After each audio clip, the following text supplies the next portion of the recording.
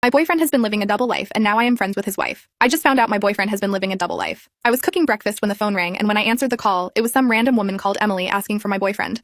I asked her who she was, and she said Dan's wife. I paused, thinking I had misunderstood, so I followed up with, "Sorry, I must have misheard you. Did you just say Dan's wife?" And she laughed and said yes. "And who are you?" I tried to gather my thoughts. I said, "I'm Dan's girlfriend." "Dan's girlfriend? As in Dan Thompson?" "Yes," I said slowly. The phone went silent, and I heard a long sign before the line cut out. I put the phone down, my thoughts scrambling for reason.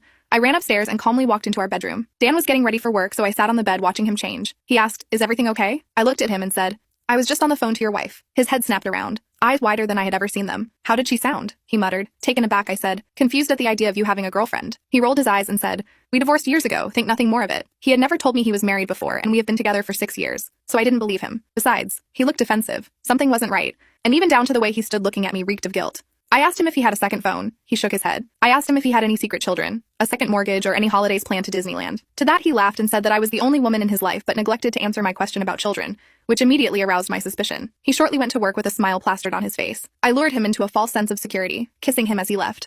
But then I got to work. I turned the house upside down, inside out and back to front. I found 2 black suitcases I had never seen before hidden at the back of the wardrobe. One of them had a receipt inside from the Hilton in London, which we had never been to. That could have been for a work trip, but the bags were new. I went into the garage and emptied every box and bag I could find. Eventually, I found a set of car keys in an oil can, placed into a large stack of shelves. It was for a Ford Fiesta, which neither of us drove. I knew that there was a public car park nearby, so I took a walk up the road, pressing the car key, and sure enough, I saw the lights flare up in the furthest corner of the car park. I sat inside. It stank of smoke, which angered me even more because Dan told me he quit. I went through the glove compartment and I found an old flip phone, a wallet, and some red nail polish. Inside the wallet was a credit card, debit card, and train tickets. All of them belonged to Dan but registered to an address in London. I felt a pull in my stomach, a knock forming in the back of my throat as I reached a shaking hand over to the phone. There she was, a beautiful brunette with big brown eyes smiling up at me with Dan's arm around her. I sat back in the car. I couldn't breathe, heartbroken and numb. Gathering my composure, I gathered his things and went back to the house. I spent the day tidying my mess and being careful to place everything back. I cleaned the house, packed my bags, and left his second phone, wallet, and nail polish in the center of the kitchen table before leaving.